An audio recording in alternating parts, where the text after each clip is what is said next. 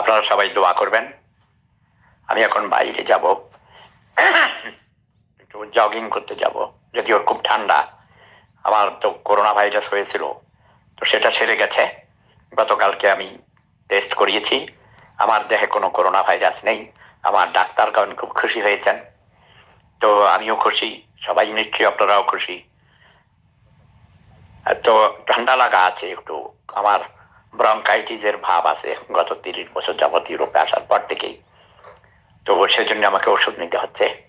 ঠান্ডা লাগলেই কাশি আসে, ওকে, এটা লাংসের ডিজিজ। 21 সালকে বরণ করে নিব হাসি মুখে, আলিঙ্গন জানাবো,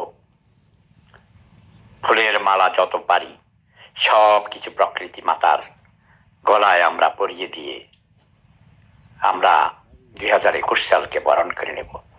এবং এই 2021 সালের প্রথম দিনেই আমার মায়ের নামে আমি যে কলেজ তৈরি করেছি, Hasmatunnesa Hasu science and technology কলেজের শুভ উদ্বোধন হবে।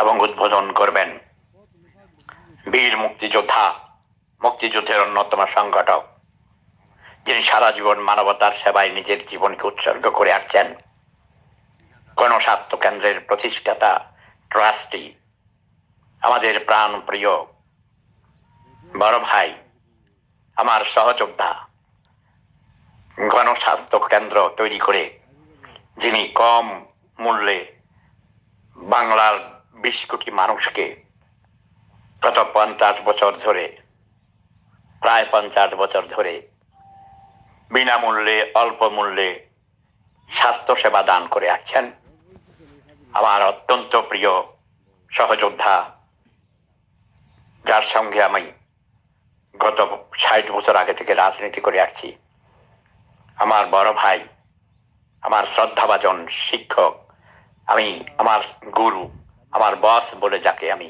শ্রদ্ধা জানাই, তার মায়ের নামও হাসু।